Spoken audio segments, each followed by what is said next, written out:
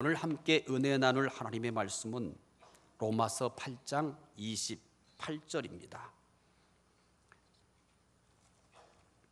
신약성경 250쪽 또는 251쪽에 있는 말씀입니다.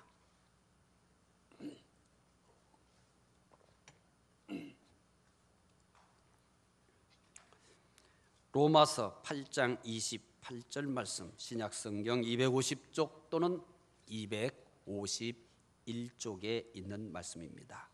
말씀 함께 읽겠습니다. 우리가 알거니와 하나님을 사랑하는 자 곧 그의 뜻대로 부르심을 입은 자들에게는 모든 것이 합력하여 선을 이루느니라. 아멘. 오늘 주일 예배에 참여하신 여러분들에게 하나님의 은혜와 평강이 함께 하시기를 바랍니다. 한 주간 동안 잘 사셨습니까? 이렇게 대답하면 다음 진행이 어려운데. 잘 살고 계십니까? 더욱 어렵게 만드네요. 그러면 다르게 질문하겠습니다. 세상에서 가장 힘든 것이 무엇일까요? 대답하기 어렵죠? 이래야 설교가 진행되는 겁니다. 세상에서 가장 힘든 것이 무엇일까요? 물론 사람마다 이것이 힘듭니다, 저것이 힘듭니다, 이렇게 힘든 일들을 다 다르게 이야기할 수 있습니다. 그런데 힘든 것의 종류가 다양하지만 이 모든 것들을 종합해서 한마디로 표현할 수 있는 것이 있습니다. 세상에서 가장 힘든 것이 무엇일까요? 이 물음에 모든 문제들을 다 종합해서 대답해 줄 수 있는 것이 잘 사는 겁니다. 잘 사는 거예요. 세상에서 가장 힘든 일이 뭘까? 잘 사는 거예요. 잘 사는 것이 가장 힘들기 때문에 대부분의 사람들이 힘들어 못 살겠다라고 합니다. 못 살겠다고 얘기하죠. 못 살아. 이거 뭐가 제일 힘든다는 거예요? 잘 사는 것. 그러니까 대부분 뭐라고 얘기해요? 내가 못 살아. 알아들으셨는지 잘 모르겠네요. 벌써 입신 들어가신 분들은 또 이게 바깥은 차갑고 안에는 뜨뜻하니 그분 만나기에 참 좋은 시간이죠. 사람들이 뭐라고 얘기해요? 힘들어 못 살겠다. 내가 못 살아. 그러니까 뭐가 제일 힘들어요? 잘 사는 게 힘들어요. 힘든 일이 얼마나 많았으면 힘들어 못 살겠다고 하겠습니까? 우리의 삶 속에는 힘든 일이 참 많습니다. 사실 어느 것 하나 힘들지 않은 것은 없습니다. 부부로 사는 것도 힘들어요. 살아보셨죠? 쉬워요? 쉽다고 하는 사람 난 이해를 못하겠어. 힘들어요. 부부가 늘 하고 웃으면서 사랑해요, 행복해요, 이런 얼굴로만 하고 살아갈 수 있다면 착각입니다. 불가능해요. 당신 아니면 못 살겠다고 부모가 말리는 걸 갖다가 억지로 그런 결혼 해놓고서는 말이야, 힘들어요. 부부로 사는 것 힘들어요. 여기까지 살아오신 분들도 큰 은혜입니다. 저한테 어떻게 해서 여기까지 살았어? 이렇게 물으면 하나님의 은혜로 살았습니다, 이렇게 대답해 드릴게요. 제가 사람이 좋아서 이때까지 산 게 아니에요. 은혜로 살았습니다. 아마 제 반대편 짝이기도 물으면은 내 남편이 좋아서 난 행복해서 살았다, 이렇게 얘기하는 거예요. 은혜로 살았습니다, 이럴 거예요. 이제 여러분, 좋아서 사는 시간은 제게는 끝났어요. 뭘로 살아요? 하나님 은혜로 살아요. 부부로 사는 것 쉽지 않아요. 아직도 이것을 깨닫지 못하고 아내가 좋고 남편이 좋아서 산다고 생각하는 사람은 이거요 해결 못합니다. 그래서 자꾸 어떻게 만들어 보려고 시비를 걸어보잖아요. 그럴수록 뭐 해요? 부딪히기만 해. 터지기만 한단 말이에요. 은혜로 사시기 바랍니다. 부부로 사는 것 힘듭니다. 부모로 사는 거는요 환장하지. 쉽지 않습니다, 여러분. 내가 난 자녀인데도 내 맘대로 돼야 안 돼요? 힘들어요. 요만한 것도 내 맘대로 통제가 돼야 안 돼요? 요만한 것한테도 부모들이 다 져요. 요만한 것한테도. 그러면 이만큼 크면은요 아이고 이기려고 하지 마요. 아무도요 자녀에 대해서 장담할 사람 하나도 없습니다, 여러분. 루터킹 목사님 있잖아요. 이제 가정의 달의 말씀을 소개할 내용 중에 일부예요. 미국의 루터킹 목사님 말입니다. 자녀들이 지금 뭐 하고 있는지 아세요? 재산 싸움 하고 있어요. 재산 싸움.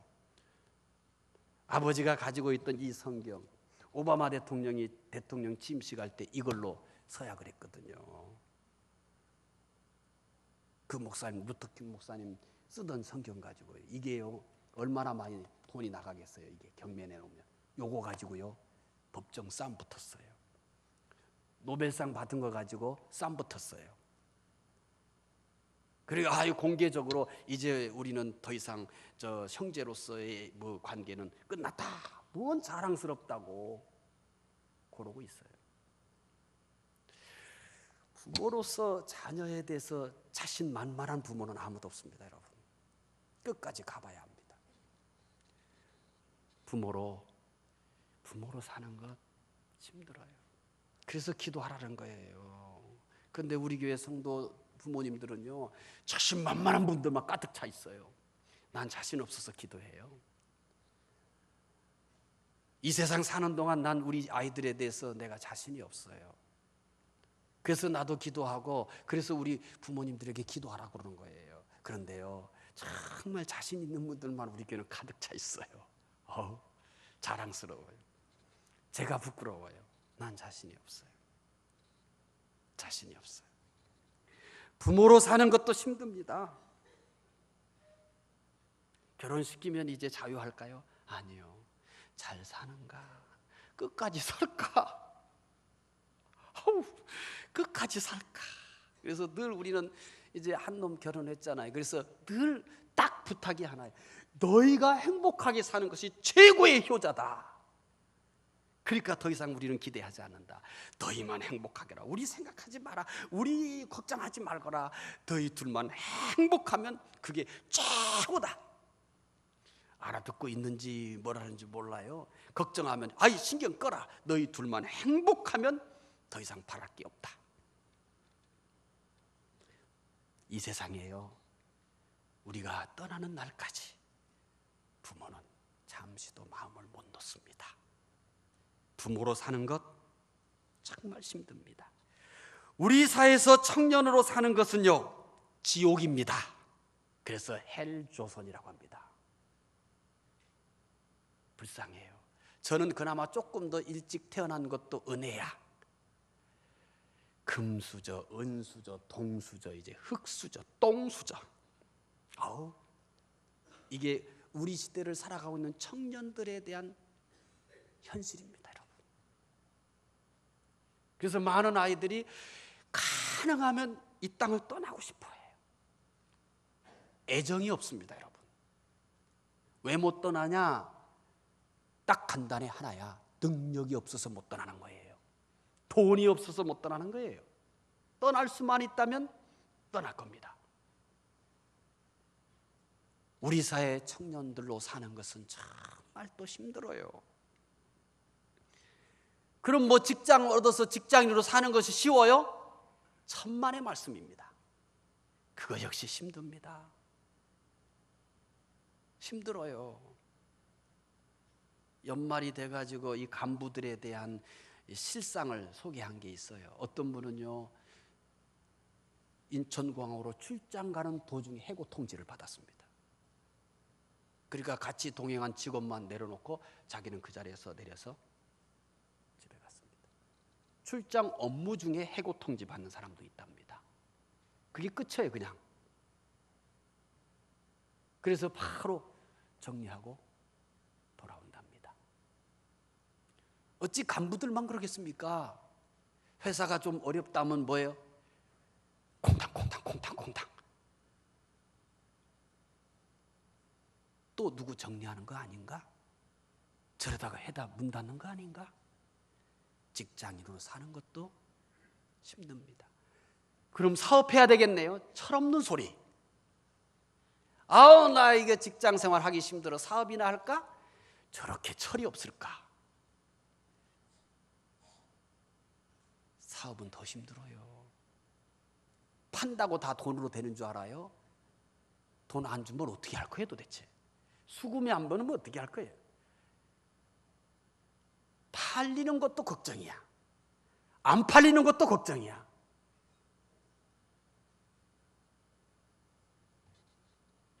사업가로 사는 것도 힘듭니다.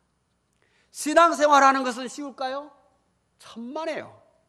아우, 신앙생활도 힘들어요. 특히 한국교회 성도로 사는 것은 정말 힘들어요. 왜요? 개독교라고 그러잖아요. 개독교. 아우, 교회마다 지금 난리예요. 대형교회일수록 더 심각해요. 아우, 여기서 가까이 있는 어떤 대형교회는 두 군데서 예배드리다가 더 이상 못 견뎌가지고 한쪽에서 예배드리는 데를 쳐들어가가지고 무슨 예배드리는 장비를 다 그냥 철수해버리고, 또 그러니까 또 반대편이 그냥 강목으로 때려부시고 들어가고, 그러다가 에라 못하겠다 서로 못 들어가게 그냥 출입구를 용접해버리고, 가스를 끊고 전기를 끊고 수도를 끊고. 이게 하나둘이 아닙니다, 여러분. 셀 수 없는 교회가 이래요. 누가 교회를 걱정하는지 아세요? 안 믿는 사람이 걱정을 해요. 안 믿는 사람이. 신앙생활하는 것, 특히 우리 사회에서 기독교인으로 사는 것 정말 힘듭니다. 따지고 보면 힘들지 않은 것 하나도 없습니다. 힘든 일들이 꼬리에 꼬리를 물고 생깁니다. 그래서 자주 한숨을 쉬면서 먼 하늘만 바라봅니다. 저도 자주 먼 하늘만 바라보는 시간들이 늘어가요. 새벽에 나오면 제일 먼저 제가 방문을 열고 나오면 제일 먼저 하는 것이 2층이니까 하늘을 봐요. 별이 있으면 별 주신 하나님께 감사합니다. 달이 있으면 달 주신 하나님께 감사합니다. 새벽에 구름이 보이면 아우, 하나님 새벽에 구름 보는 것도 감사. 구름을 띄워서 아름다운 하늘에 그림을 그려주시니 감사. 비가 오면 또 비가 오는 것에 감사. 눈이 오면 눈은 오는 것에 감사.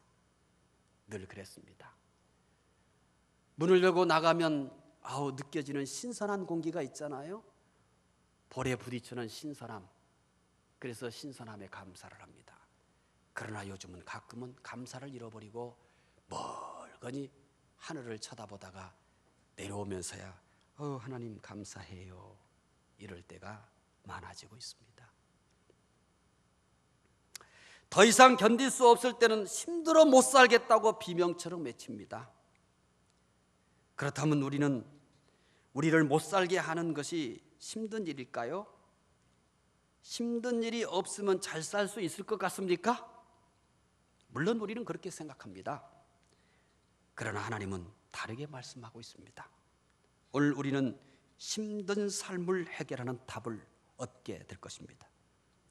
이철환 씨의 강아지 밥그릇이라는 제목의 글을 그대로 소개해드리겠습니다.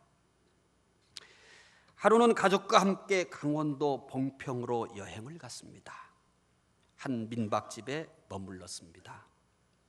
민박집 앞마당에는 강아지 한 마리가 있었습니다. 강아지 밥그릇이 이리 차이고 저리 차여 온통 찌그러져 있었습니다. 찌그러진 강아지 밥그릇이 안쓰러울 정도였습니다.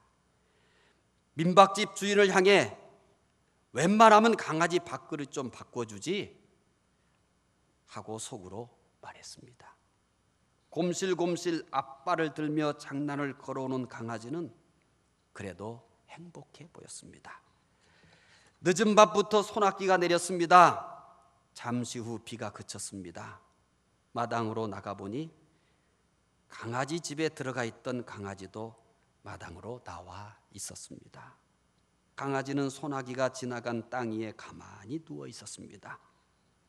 잠든 강아지를 깨울까 하다가 그냥 돌아서는데 번개처럼 시선을 잡는 것이 있었습니다.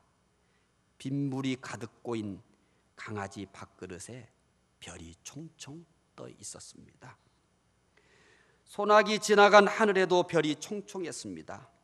강아지 밥그릇에 떠 있는 별빛은 하늘에 떠 있는 별빛보다 아름다웠습니다. 강아지 밥그릇에 별이 뜰 수 있었던 건 찌그러진 밥그릇 때문입니다. 강아지 밥그릇이 새 것이었다면 별이 뜨지 않았을 것입니다. 반짝이는 새 그릇이 별보다 반짝이려 할 테니 뜰 수 있었겠습니까? 여기까지가 이철환 씨의 강아지 밥그릇이라는 글의 내용입니다. 우리의 삶도 마찬가지입니다.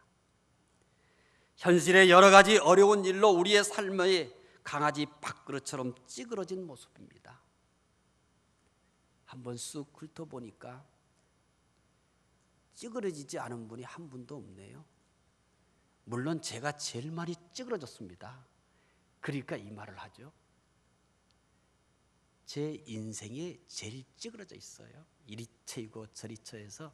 그러니까 제가 여러분들의 인생이 다 찌그러졌다고 해도 그리 기분 나빠하지 마세요. 제가 제일 찌그러진 인생입니다. 그러나 찌그러진 모습이 전부가 아닙니다. 찌그러진 강아지 밥그릇 때문에 별이 총총 떠 있을 수 있었듯이 우리의 삶의 찌그러진 모습 때문에 더 아름답게 될 수 있습니다. 찌그러지지 않았다면 언제나 그 모습이 전부일 수 있습니다. 그러나 찌그러졌기 때문에 찌그러지지 않은 것보다 더 아름답게 될 수 있습니다. 욥은 악에서 떠난 사람입니다. 그냥 들립니까? 성경은 이렇게 얘기합니다. 의인은 없다. 그런데 얼만큼 없다고 그래요? 하나도 없다. 그런데 욥을 뭐라고 얘기해요? 악에서 떠난 사람이다. 이보다 더 극찬일 수는 없습니다. 세상에는 의인이 없답니다. 한 사람도 없답니다. 성경은 이렇게 사람을 설명해요. 그렇게 해놓고 이 욥에 대해서는 악에서 떠난 사람입니다 라고 얘기합니다. 이것만도 참 행복하죠. 그런데 이게 다가 아니에요. 부자랍니다. 어우 좋아라. 악에서 떠났다고 하는 것도 행복한 일인데 뭐래요? 아이 여러분도 부자 되고 싶잖아요. 근데 너무 경건하셔서 오늘은 갑자기 부자하고는 아무런 상관없는 얼굴들, 성자, 성녀 같아요. 저만 탐욕스러워 보여요. 저만 속물처럼 보입니다. 욥은 부자였답니다. 그게 아니래요. 또 하나가 더 있어요. 권세가 있답니다. 욥이 지나가면 청년들도 일어나요. 욥보다 더 많이 든 노인들도 일어나요. 이런 권세가 있어요. 악에서 떠났지, 부자지, 권세지. 더 바랄 게 뭐 있어요? 한마디로 모든 것이 있는 사람입니다. 그래서 이러한 욥에 대해서 종합적 설명이 있어요. 이렇게 설명해요. 동방에서 가장 훌륭한 사람이다. 한마디로 부족한 것이 없는 사람입니다. 이런 사람에게 도대체 누가 건들 수 있겠습니까? 이 사람을 누가 흔들 수 있겠어요? 이 사람에게 누가 여러분 시비를 걸겠습니까? 그런데 어느 날 하루아침에 그 많던 재산이 사라져버렸습니다. 그 다음에 또 어느 날 하루아침에 자녀들이 또 다 사라져버렸습니다. 그리고 또 건강도 사라져버렸습니다. 그리고 마지막 하나 남은 것이 하나 있었어요. 그녀가 있었어요. 그녀가. 근데 그녀는 그냥 사라지는 게 아니라 뭐라고 사라져요? 하나님을 욕하고 죽으라고 저주 한마디 남기고 사라져요. 어우, 독한 거예요. 독해. 그러니까 여자 함부로 건들지 마요. 어우, 아셨죠? 함부로 하지 마요. 뭐처럼 하래요? 유리그릇처럼 다루라. 유리그릇처럼. 큰일 나는 수가 있어요. 아직도 그거 깨닫지 못하신 분들은 정신 차리시오, 남자들. 어우, 뭐 하고 가버렸어요? 하나님을 욕하고 죽으라고 저주를 해버리고 가렸어요. 이 여성들이 어떤 존재인 줄 모르는 사람은 철없는 사람이라. 제가 제일 철없는 사람이에요.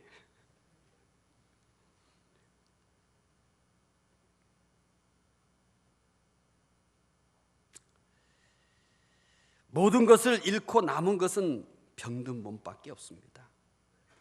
부족한 것이 없던 사람이 아무것도 없는 사람이 되었어요. 여러분, 이보다 힘든 삶이 어디 있겠어요?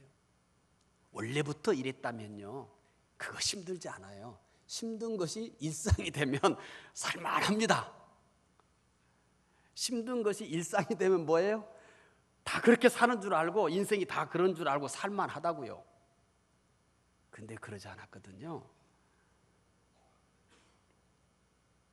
이보다 힘든 삶이 어디 있겠어요? 이보다 찌그러진 삶이 어디 있겠어요? 욥도요, 머리를 쥐어뜯고 아무리 생각을 해도 이해할 수 없었어요.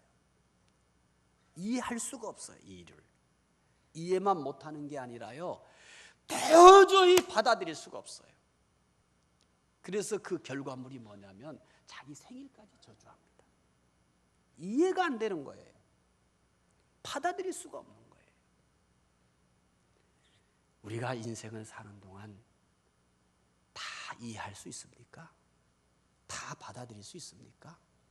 사실 우리가 살면서 이해할 수 없는 일들이 더 많을 때도 있어요. 받아들일 수 없는 것이 더 많을 때가 있어요. 그래서 우리는 이런 의혹을 가져요. 나는 왜 이렇게 예수를 믿는데도 이해할 수 없는 일이 많이 생기는 거야? 내가 예수를 그래도 신실하게 믿었는데 왜 이렇게도 받아들일 수 없는 일들이 많은 거야? 이렇게 고뇌하고 갈등을 하는 겁니다. 그러면 저는 이렇게 대답을 해주죠. 이해할 수 있는 일들만 생기면 예수 믿을 필요 없습니다. 살면서 받아들일 수 있는 일들만 생기면 예수 믿을 필요가 없습니다. 하나님이 필요 없는 인생인 겁니다. 그런데요, 이해할 수 없는 일이 너무 많으니 믿음이 필요한 거예요. 받아들일 수 없는 일이 너무 많으니 믿음이 필요한 거예요. 그래서 믿는 거예요. 다 받아들일 수 있고 다 이해할 수 있는 일만 있기 때문에 믿는 게 아니에요. 혹시 여러분, 내 인생에 이해할 수 없는 일들이 남보다 왜 이렇게 많은가? 왜 나는 이렇게 받아들일 수 없는 일들이 남보다 더 많은가? 그러면 다른 사람보다 더 믿으시기 바랍니다. 그 사람이 진짜 믿음이 필요한 거예요. 이제 욥은 이렇게 고백하기 시작합니다. 욥기 23장 10절입니다. 읽어보겠습니다. 그러나 내가 가는 길을 그가 아시나니 그가 나를 단련하신 후에는 내 웅금같이 되어 나오리라. 아멘. 내가 가는 길을 내가 알아요? 친구가 알아요? 누가 알아요? 욥은 깨달은 겁니다. 과거에 생긴 일, 현재 생긴 일, 앞으로 일어날 일들, 내 인생에도 불구하고 나는 모릅니다. 욥은 이런 험한 일을 겪고서야 안 거예요. 내가 가는 길을 내가 알아요? 내 부모가 알아요? 누가 알아요? 알고 계십니까, 여러분은? 내가 일어난 일들을 내가 알 수 없다. 문제 없습니다. 현재 일어난 일들을 내가 알 수 없다. 정상입니다. 내일 무슨 일이 일어날지 모른다? 아무 문제 없습니다. 욥은 이 기가 막힌 환난 속에서 깨달은 게 있어요. 그게 뭐예요? 내가 가는 길을 그가 아신다. 그리고 이렇게 얘기해요.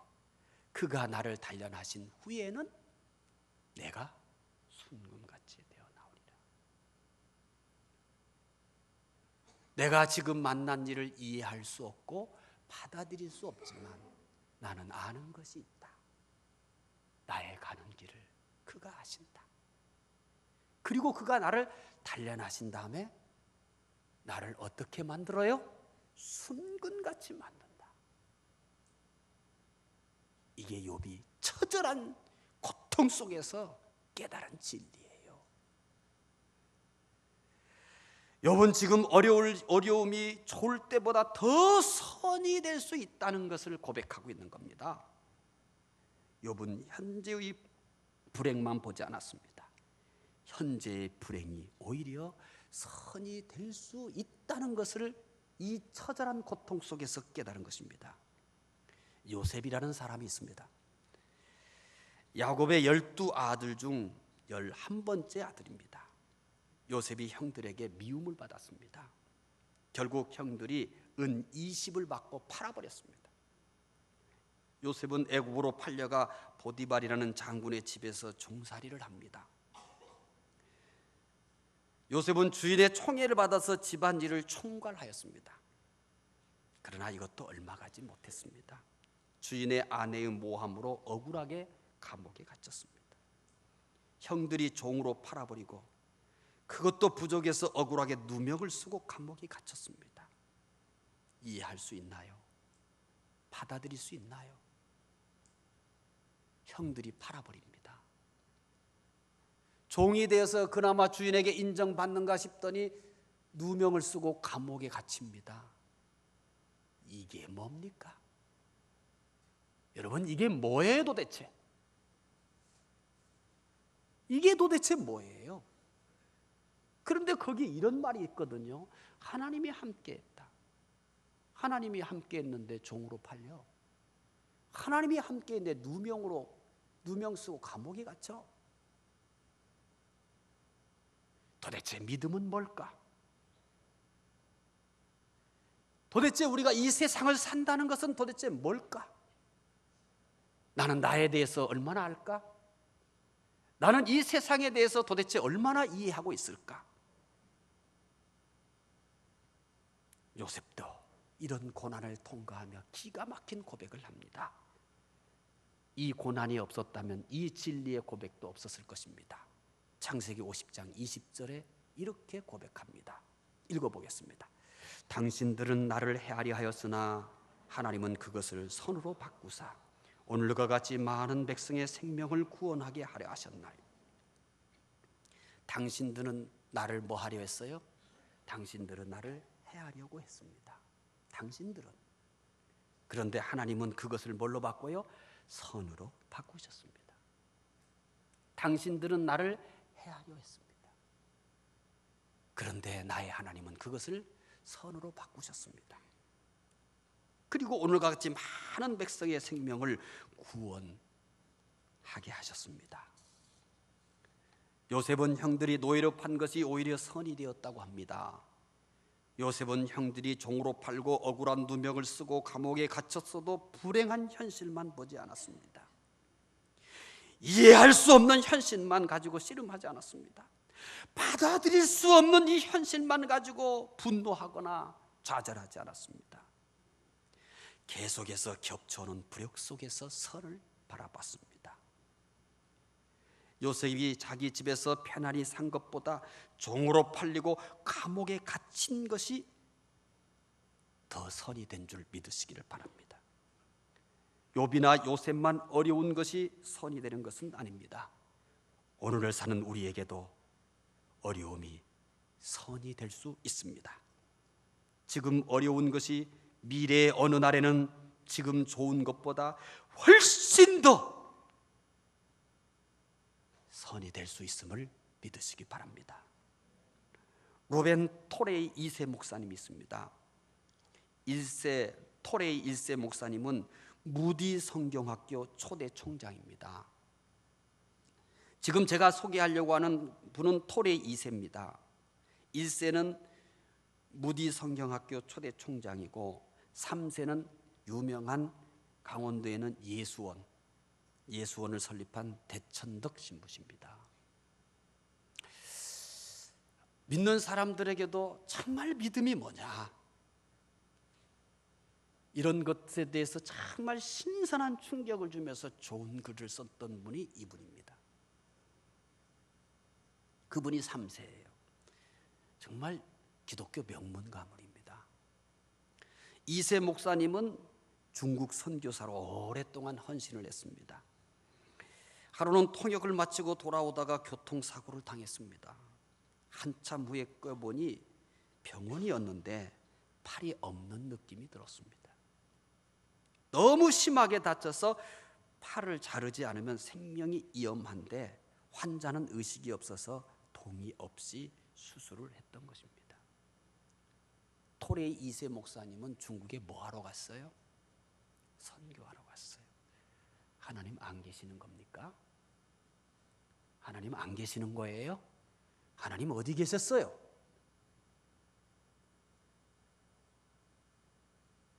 얼마든지 편하게 살 수 있는 좋은 조건과 환경을 가지고 있는데 다 버려두고 오직 하나님의 나라를 위해서 중국까지 가서 복음을 전하는데 차가 그 당시 얼마나 많겠어요, 여러분? 그 시대의 교통사고라? 교통사고 났어도 불꽃 같은 눈동자로 좀 지켜주셔서 끊임없이 선교 활동 잘하게 하시지, 팔까지 잃게 만들었습니다. 의식을 되찾은 토레이 목사님은 이렇게 기도했습니다. 하나님 아버지, 제 팔을 왜 가져가셨는지 모르지만 이 일이 합력하여 선을 이루게 하옵소서. 모릅니다. 여러분만 모르는 게 아니에요. 이 시대를 살았던 아무리 경건한 사람일지라도 내가 지금 삶의 현장에서 일어나는 일들을 다 이해할 수 있는 사람은 없습니다, 여러분.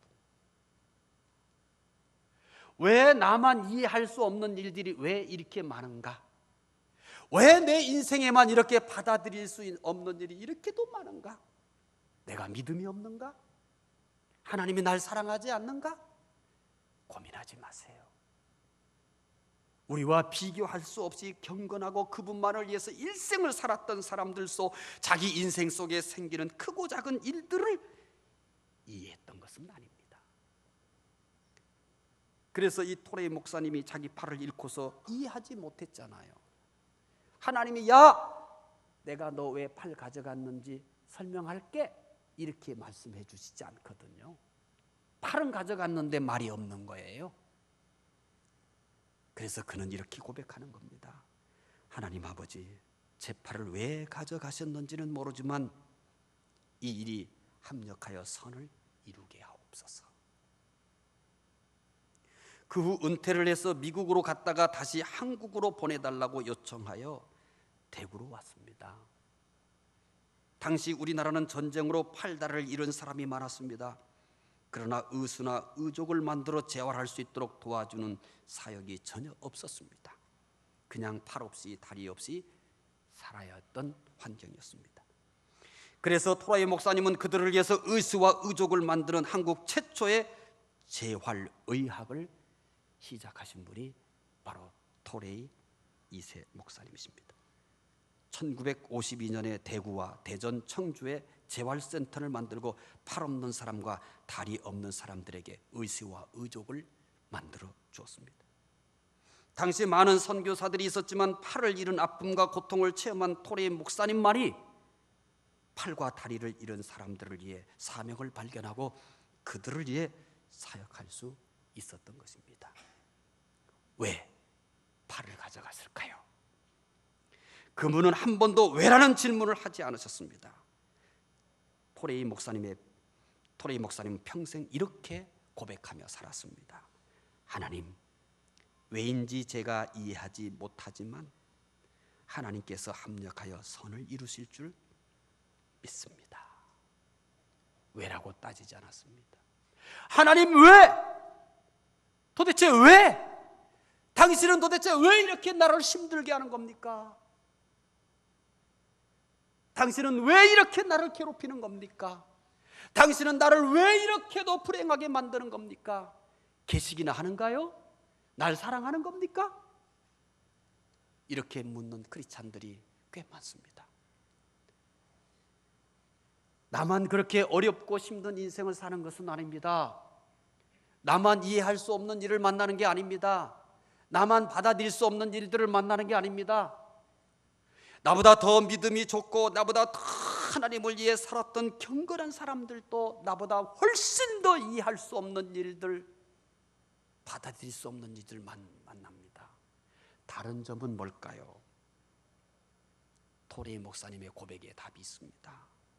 하나님, 왜인지 제가 이해하지 못하지만 하나님께서 협력하여 선을 이루실 줄 믿습니다. 오늘 본문은 이 진리를 말하고 있는 겁니다. 로마서 8장 28절입니다. 함께 읽겠습니다. 우리가 알거니와 하나님을 사랑하는 자 곧 그의 뜻대로 부르심을 입은 자들에게는 모든 것이 합력하여 선을 이루느니라. 아멘입니다. 하나님은 모든 것이 선이 되게 하십니다. 여기 모든 것이란 좋은 것과 나쁜 것을 다 포함한 것입니다. 하나님은 좋은 것도 선이 되게 하십니다. 하나님은 나쁜 것도 선이 되게 하십니다. 우리 믿는 사람들은 대부분 좋은 것만 선이라고 생각하잖아요. 내가 원하는 것만 얻었을 때만 와, 은혜다 이렇게 얘기하잖아요.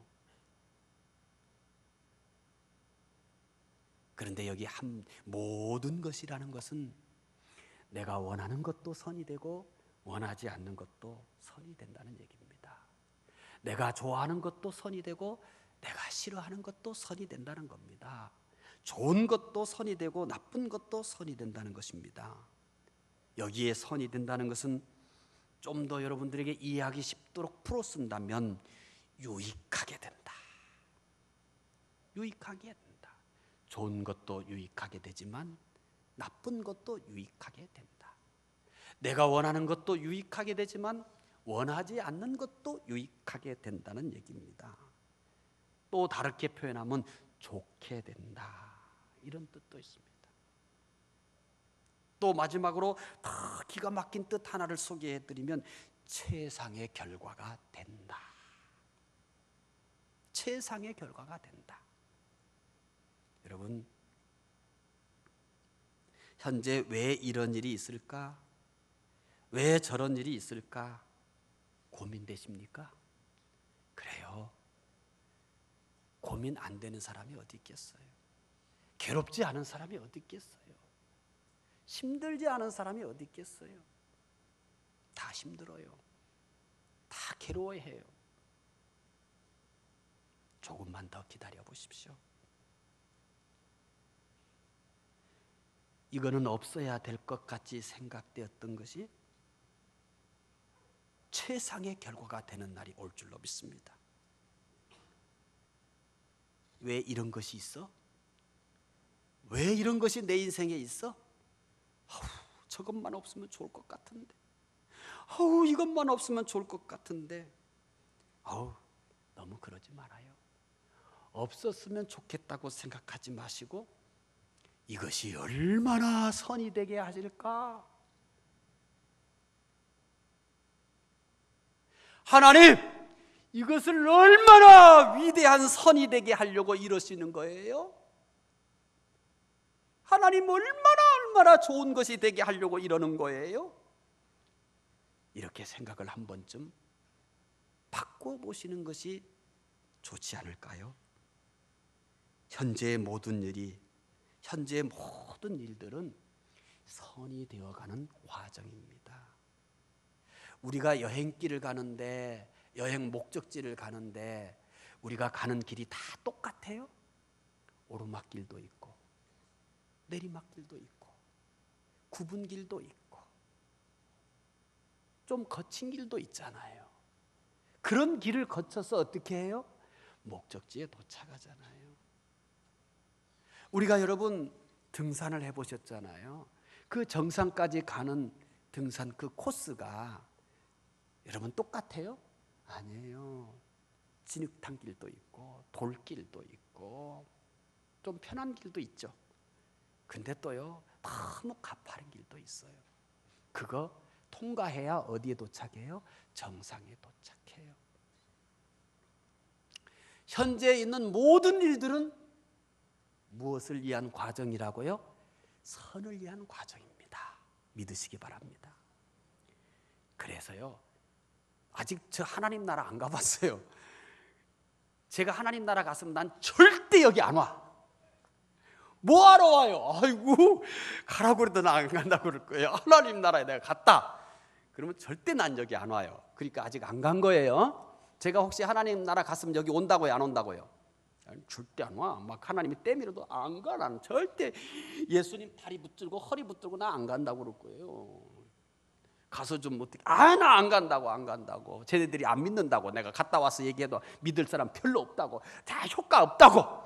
절대 다 보내도 효과 없다고. 별로 효과 없다고. 예배 시간에 대부분 하나님 봤잖아요. 입신 중에 있는 분들. 제가 갔다 왔다고 해도 여전히 입신을 할 거니까요. 나 안 갈래요. 당신이 좋아요. 그럴 거예요. 그러니까 나 안 갔다 왔어요. 읽는 중에 이런 글이 있어요. 멋진 글이에요. 하나님 나라에는 없는 것이 있어. 쓰레기통이 없대요. 기가 막힌 표현이에요. 뭐 이분인들 갔다 왔겠어요? 기가 막힌 영성이죠. 여러분 한 번이라도 그런 착안을 해봤어요? 안 해봤잖아요. 그 글을 읽고 너무너무 은혜를 받았어요. 난 그래서 오늘 소개하는 거예요. 내가 착안한 글이 아니에요. 양심이 있지 내가 착안한 것처럼 얘기 안 하잖아요. 내 머리에서 그게 나오겠어요? 전 그런 정도의 영성이 아니거든요. 하나님 나라에는 쓰레기통이 없대요. 왜요? 필요 없는 것이 없어. 할렐루야. 하나님 나라에는 필요 없는 것이 없어. 그런데 여러분, 저는 이 글을 읽으면서 또 하나의 지혜를 얻었어요. 믿음으로 사는 사람의 삶에도 쓰레기통이 없다. 믿음으로 사는 사람의 삶에도 뭐가 없다? 쓰레기통이 없다. 믿음으로 사는 사람에게는 뭐든지 다 이게 뭐가 될 거니까? 선이 될 거니까 믿으시기 바랍니다. 믿음으로 사는 사람의 삶에도 쓰레기통이 없습니다. 여러분 한 사람 한 사람의 삶 속에 쓰레기통이 없습니다. 이거 쓰레기통에다 버리고 싶죠? 그거 있었죠? 갑자기 또 왜 성자 성녀가 되셔서 없었던 것처럼 그렇게 딱 돌변하시는 거예요. 진짜 빨리빨리 말씀을 받아서 대단한 분들이에요. 믿음으로 사는 사람에게도 쓰레기통이 없습니다. 요거 버리고 싶었죠? 저거 버리고 싶었죠? 버리면 안 돼. 그게 좋은 것보다 더 선이 될 수 있는 거예요. 쓰레기같이 정말 버리고 싶은 일들이 나중에는 보석이 되는 날이 올 줄로 믿습니다. 여러분 우리가 믿음으로 살면 하나님이 우리를 충분히 성공하게 하실 수 있는 능력이 있으십니다. 전능하신 분이기 때문에. 그러나 믿음은 항상 성공하는 것만을 바라보는 것은 아닙니다. 믿는 사람을 하나님께서 성공하게 하실 수 있어요. 세상 사람들이 깜짝 놀라게 성공하게 할 수 있어요. 그러나 믿음이란 항상 성공하는 것을 바라보는 것은 아닙니다. 여러분, 믿음으로 하나님께서는 우리를 건강하게 해줄 수 있어요. 불치병을 치료하실 수 있어요. 그런 분들이 있어요. 그분은 전능하시기 때문에. 그러나 믿음이란 항상 건강한 것만을 바라보는 것은 아닙니다. 여러분, 믿는 사람에게 하나님은 천국의 평안을 줄 수 있습니다. 천국의 그 맛을 느끼며 살게 하실 수 있습니다. 하지만 믿음은 항상 평안만을 바라보는 것도 아닙니다. 그러면 믿음은 뭘까요? 모든 것이 선이 될 것을 바라보는 것입니다. 그것이 실패든, 그것이 병이든, 그것이 불편한 것이든, 믿음은 모든 것이 선이 되는 것을 바라보는 것입니다. 기도하겠습니다. 하나님, 수많은 크리스찬들이 샤머니즘적인 영향으로 믿음은 항상 우리가 원하는 것을 얻고 믿음은 항상 성공하는 것처럼 착각을 합니다. 하나님, 믿음의 참 모습을 깨닫는 시간이 되게 해주시기 원합니다. 믿음은 성공할 수도 있지만 실패가 성공보다 더 큰 선이 될 수 있음을 바라보는 것임을 깨닫게 해주시옵소서. 믿음으로 건강해질 수 있지만 지금 건강하지 못한 것이 건강한 것보다 더 좋은 선이 될 수 있음을 바라보는 것임을 알게 하옵소서. 믿음으로 우리는 하늘의 평안을 누릴 수 있지만은 지금의 그 불안함이 평안할 때보다 더 큰 선이 될 수 있음을 바라보는 것임을 깨닫게 해주시옵소서. 믿음은 모든 것이 선이 될 것을 바라보며 사는 것임을 깨닫는 우리 성도들 되게 하여 주시옵소서. 감사하며 예수 그리스도 이름으로 기도드리옵나이다. 아멘.